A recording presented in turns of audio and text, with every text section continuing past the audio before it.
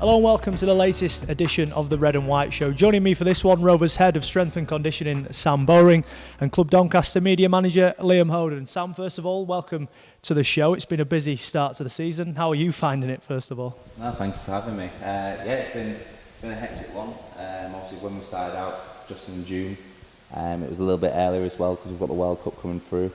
It's been really hectic. It's been arguably so far along 12 weeks that we're coming up to in terms of the pre-season, but been really enjoying it. Everybody's been friendly at the club since I've been at the club. I can't really ask for anything more.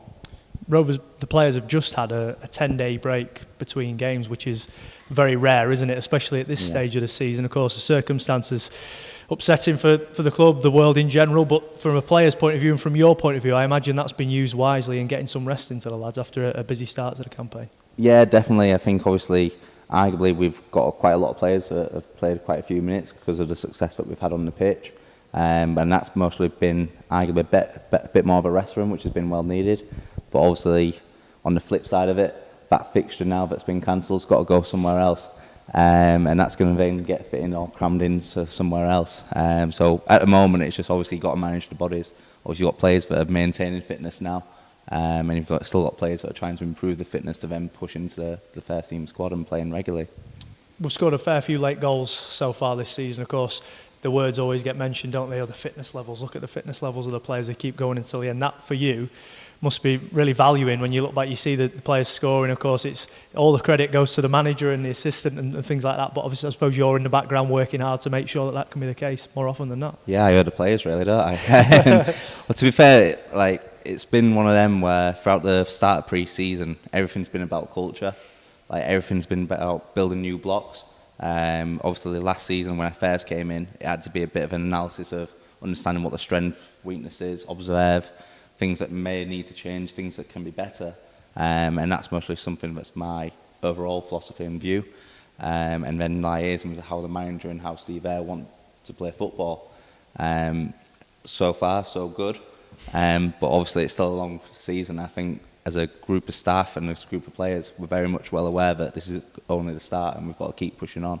Liam, Gary McSheffrey, when he first came in, made no secret about the fact he wanted Rovers to improve their fitness levels. He sort of made the point, didn't he, that they were running 2 and 3K less than their opponents at times last season, which is no surprise then that you end up getting relegated. This time around, the running stats are higher, the intensity levels are higher, and Rovers have started the season very well. Yeah, as you say, no surprise on that front. I think we saw from being down at the training ground from day one, just the level of work that were going in, the variety of different things that they were doing to build those fitness levels up, obviously led by Sam, and it's certainly paying dividends so far this season. What would your working week look like in terms of prepping for the players? And Sam, if it's a Saturday, Tuesday, Saturday games, all in the league, you've got 3 intense games coming up, how would you sort of go around your business and making sure that the week's planned for the players? Yeah, so mostly if we start as if it was leading up to the Saturday, first off, because it's one of them where you have systems and frameworks in place as a group of staff and as a group of players. Obviously, we train Monday, which is usually after a game, 2 days after a game. So usually we've got players that are recovering from the game that have maybe played 60 minutes or more. Anybody that's played less is training fully hard and going at it with the players that have maybe been non-squad players. And that includes a gym session for them as well.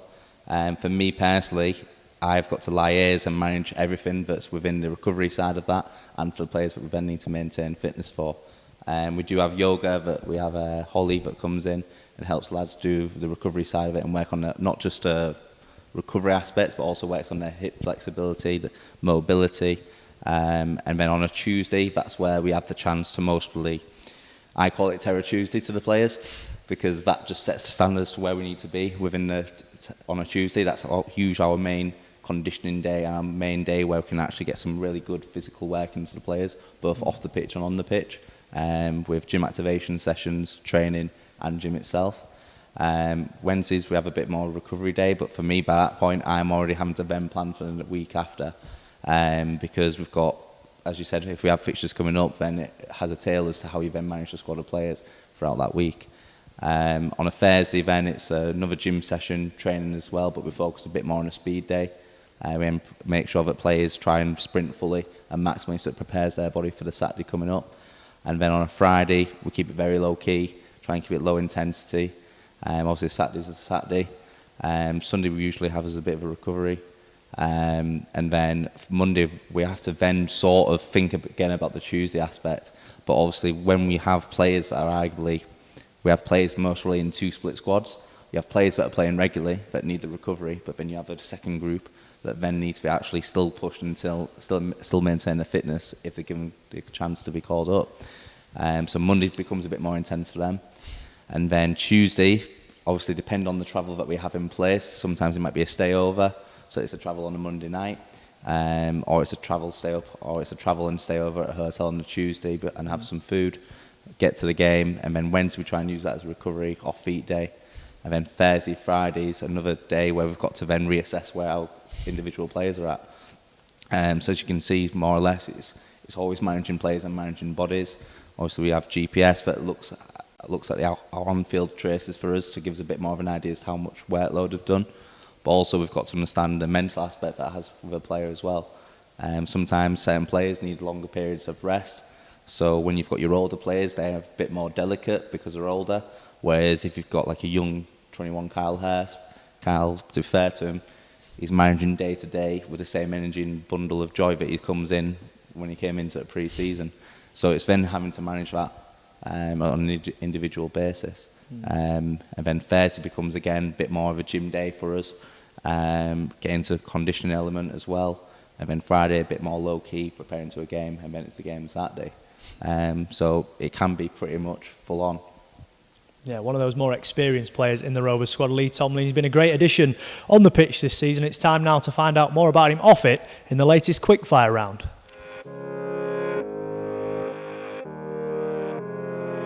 Lee Tomlin, and I'm 33 years old. Leicester. Junior, I was at a local team, Elston Park, which the likes of Gary Lineker came through, so not too bad. Leicester. I'd probably say the one for Bristol City against Huddersfield. I think it was the last game of the season. We won 3-0, it could have been. Got pulled back to the edge of the box and I've chipped it over one of my mates' head and I've literally hit it with my left foot, top corner near post. It was good. I had 3 really. Leicester, obviously, so Muzzy is it. But the 2 that I loved in the Premier League was Dennis Bergkamp, and then the main one was Zidane. I am like Messi, but I think they're totally different players. But Ronaldo, for what he's done, for somebody that you know what hard work and dedication can do, it can take you to the top, and I think that's what he done. Well, they're all going out of football now. I'm getting older, so they're all coaches and things like that. But no, I've got loads of mates in, but it's hard to say like best mates in football because you don't see anyone like they've got their own job. Obviously, playing for their own team and their own lives, so it's not really you keep close to anyone. I like Wagamamas or Yo Susha. They're the ones for me. So you could have asked me this probably a few years ago. I would have got it straight away. Probably after a game like a Chinese or an Indian, something like that. Heights can't be. They took the kids to Alton Towers the other week, and there's it's not even a ride, but it's called a sky ride. It's basically a lift to the next park or something, and that literally I was so scared, and I keep saying to them like, that was such a scary ride, and they're like, it was a lift, like, and no, it was so high. Well, for me it was, but yeah, it's got to be heights. I think now golf. Yeah, I'm quite good at golf now. Yeah, golf. Love golf. Nothing at the moment, but I was watching Stranger Things with the last one I watched. I've gone big on country music at the minute. So smooth country on the radio, like it's alright in the mornings to wake me up and that, and gets me singing, so yeah. Top Gun, the new Top Gun, oh, what a film. It's unbelievable, like you just don't think you can match the first one, but literally had everything. But yeah, I had to like turn away when there were like tears coming down my face a bit, like it weren't good, but it's such a good film. Tom Cruise. Thailand and then Dubai straight after. Oh, golf. I'm obsessed with golf, it's a joke. Just football. I try to say to my kids now, like, I don't think they get it, but like you being a dad and things like that, and it's like you can't have mates, and literally you have to dedicate your life to football and forget what your mates are doing. They'll go out on Friday nights, Saturday nights, or this and that, and they'll go to the pub or this, that. No, I didn't have anything like that. Even as a younger age, I went to Leicester. Even the days and nights we didn't train, I'd still go there instead of playing the park with my mates, and that is literally, I was so determined, it was unbelievable. And that's what I try to say to my oldest, and you just don't get it, but you have to. I'd say fly, but I don't like heights. So probably be invisible. Oh, whoever's the quickest in the team. No, you know what, Big O, I'll go fitness. He could run all day, so I'll take his, and then I know I could have played a lot higher and a lot longer as well. Liam, Tomo, maybe not the easiest of starts in the league campaign, but since then he's certainly blossomed, hasn't he, in a Rovers shirt. He showed exactly why Gary McSheffrey was so keen to get him to put pen to paper. Yeah, I think it's been fantastic to see that quality that you think when you hear that Lee Tomlin's in for a trial. You always imagine the best case scenario, and that's him producing what we know he can, that individual quality that he's got. And as you say, after a bit of a rocky start, we've certainly seen that, and it obviously suggested that there's a lot more to come. He finally got his first goal for the club against Mansfield at the start of September. His first goal ever in League Two and his 99th league goal of his career. It's certainly been a long time coming, and he'd done everything but hit the back of the net in the first few weeks. Yeah, I don't know how many times he's hit the woodwork, but it's a fair few in those. He just gets into fantastic positions, and that ability to shift the ball out of his feet and get a shot away is so good. And we've talked about it so much, him seeing things 2 and 3 moves ahead. He just get him around that box, and he's always going to create a bit of magic. He played quite a few 90 minutes in a row, Sam, didn't he, which showed how good he's been. But the fact he's doing that at 33, I suppose, then makes your job even more difficult, because then you've got to plan, right, what does he need here before or after games? Yeah, it can be, but in fairness, when you've got someone that's 33 and he's had a career, I think the best thing to find out is, well, what's worked for you in the past? And then when you've had the best part of your career, like what's been the conditioning element, and understanding what's actually worked for him as an individual. Luckily with Tomo's very good at expressing his views anyway. But he's really, like, to be fair, since he's come to the building, like, I can't praise him enough. Like, he's arguably one of the first players that come in, and he actually goes straight onto the walk back. He knows his own routine and knows how to look after his body. My job really is just to support and facilitate that. And with Lee himself, like, Lee understands at a certain time in training, he might need him to run more, and I give him a bit of a signal from the touchline, and he knows straight away. But obviously it's just building up that relationship with him to understand, okay, this is the type of player you are, but this is where we're going to be as a club, and it's just mixing the two together.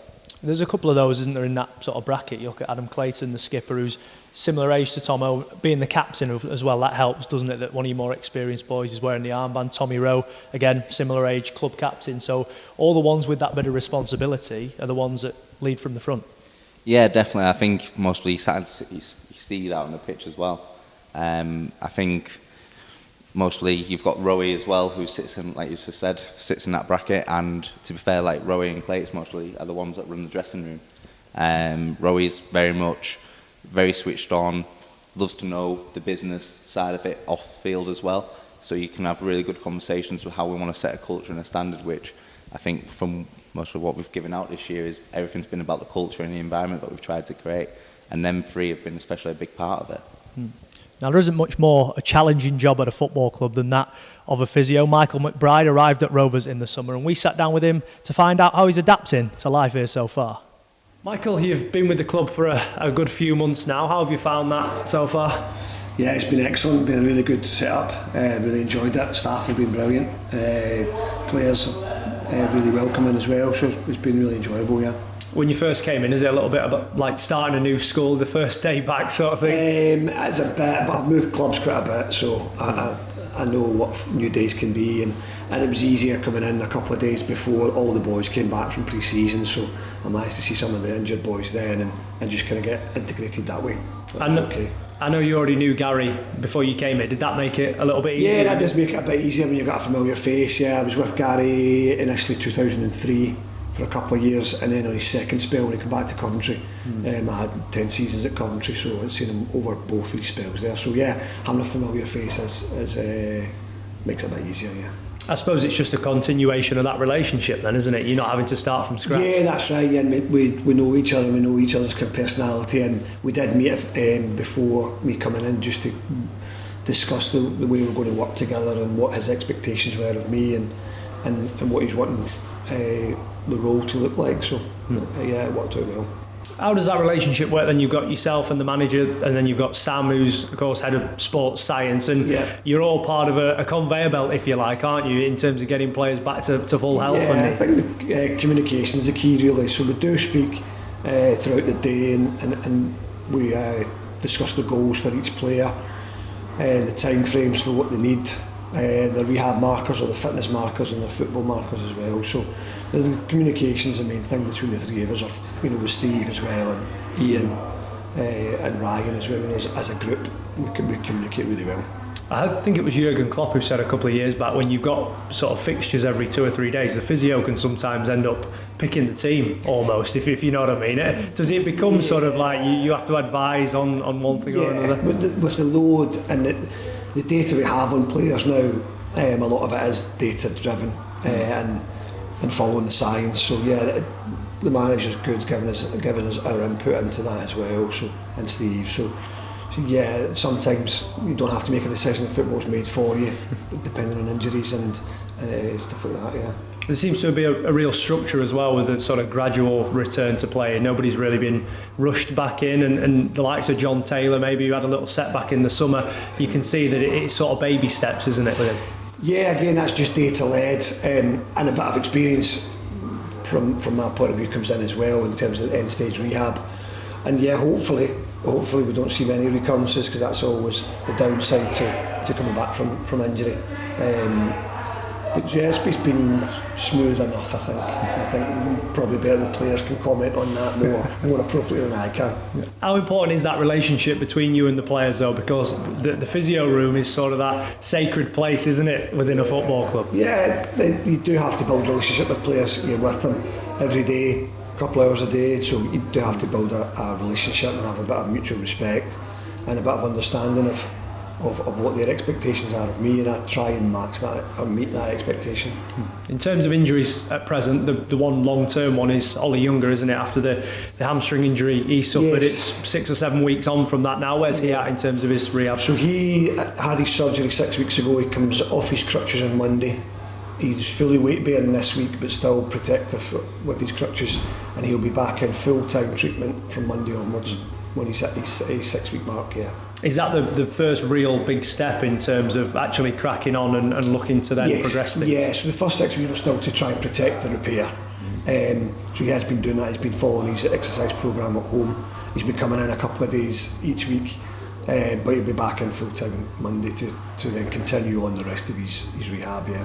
Good for him to get back in with the lads, although not playing of course, but just to be back around the place. Yeah, I spoke to him the other day and he's really keen to be back in and be part of it again and just desperate to get back playing football. But yeah, he wants to be in amongst the boys, and it's a good working environment, isn't it? his colleagues, and he gets on well with them. So yeah, he's desperate to be back in. There's sort of a handful of players that are sort of at different stages. I know in the recovery, Ben Close and Aidan Barlow have joined in a fair bit recently. Joseph Olowu and Rio Griffiths slightly further behind them. What sort of stage are they at from your point of view, do you think? From my point of view, the 4 of them are all now injury free, so they're just completing the rest of their end stage rehab and fitness work, predominantly with Sam, and being reintegrated into the football setup. So Ben and Aidan and Joseph hopefully will be available for some part of the game on Tuesday.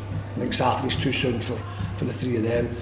Rio will be non-contact training tomorrow and in full contact a week today, and then be available for selection as appropriate.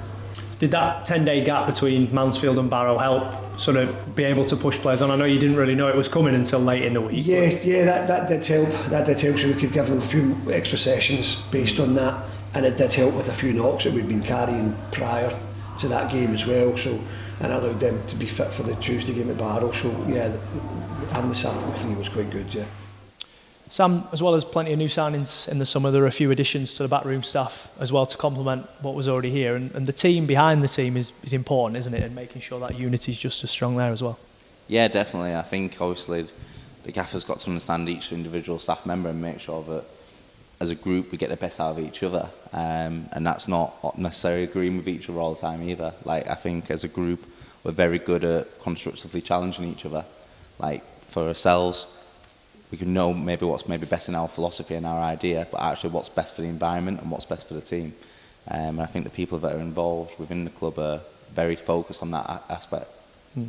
The ones that have come in, of course, they come in, it's a whole new environment. Did that help, do you think? Obviously the players were relegated last season. It's easy to carry a bit of a hangover, isn't it? But that never really seemed the case, did it? There was that bit of freshness within the group on and off the field. Yeah, I think so. I think like having a fresh set of eyes as well, like, opens people's minds as well, rather than being used to the same thing. I think sometimes that can be picked up on by players. Obviously sometimes you can have a bit more enthusiasm when you're in a different environment as well.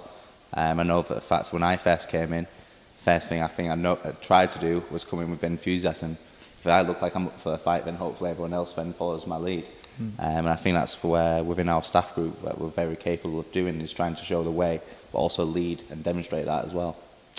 Now, you may have noticed in recent weeks the first team squad were out in the community visiting local businesses, schools and junior football clubs. Here's a bit of a montage as to how they got on.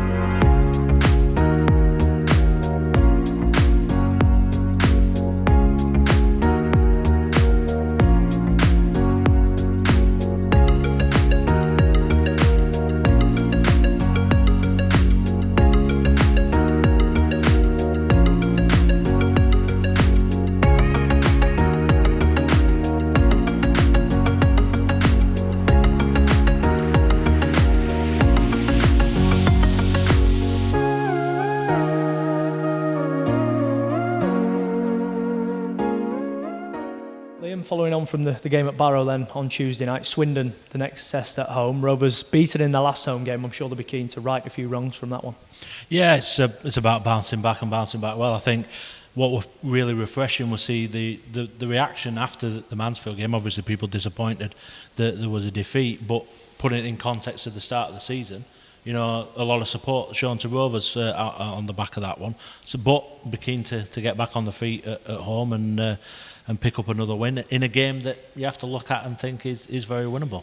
Yeah, the sort of levels of opponents, it seems like Rovers will go into a majority of games towards the end of this month as favourites. You'd have to say this one is one of them, and after the start they've had, the points return was a really good one.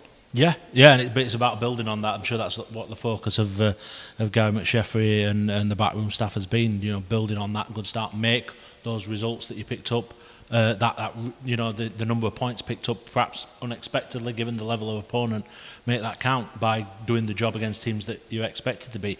As circumstances have dictated, this happens to be the first of the more simple games. You know, Hartlepool would have been that, but this is one, and it'll be keen to get off and enter this run on a really strong run of form. Sam, you mentioned that Hartlepool game's got to be fitted in somewhere. Are you always sort of in the back of your mind thinking, well, that might drop in there? Or I suppose you can't really plan too far ahead with the schedule at the minute, can you? No, but I think that's the daily challenge of football, and mostly with what's gone on with the last few years with COVID and stuff, like nothing really surprises you anymore, to be fair. And I think, to be fair, when you look at whatever fixture, you just got to do whatever's the best that you possibly can, whether that's from a player or from a staff perspective. You just got to manage whatever's put out in front of you, whether it's a challenge, whether it's a harsh challenge or a challenge that you want to face. Like, at the end of the day, you got to go for it and smash through it. The aim is, nobody's made any secret about it, it's promotion this season. Everybody has to be pulling in that same direction, don't they? Whether it's yourself and the backroom staff, the first team players, ourselves, when we're sort of pushing the players media-wise and trying to get them out there in the public eye, as we saw with the community visits. Yeah, definitely. I think, obviously, having a strong fan base like we do here, I think that really sets off. And I think, like for myself, when I'm delivering the warm-ups on pitch, like you do get a sense of belief that the fans are backing us this year. And I think, mostly from the performance that we've seen so far, but the players are believing themselves, and that comes from the strong support. And I think when you look at it from staff, like within the actual staff of people that have got promoted whilst being playing, or whether it's been coaching, like we've got people that know how to do it. And I'm fairly confident that throughout the season we can progress further. Liam, but a lot of games this season Rovers have fallen behind and had to show character to come back in games, whether it's to get a draw or a victory. I'm sure Gary McSheffrey would prefer it to be a little bit simpler, wouldn't he, and go ahead and control it from there on in.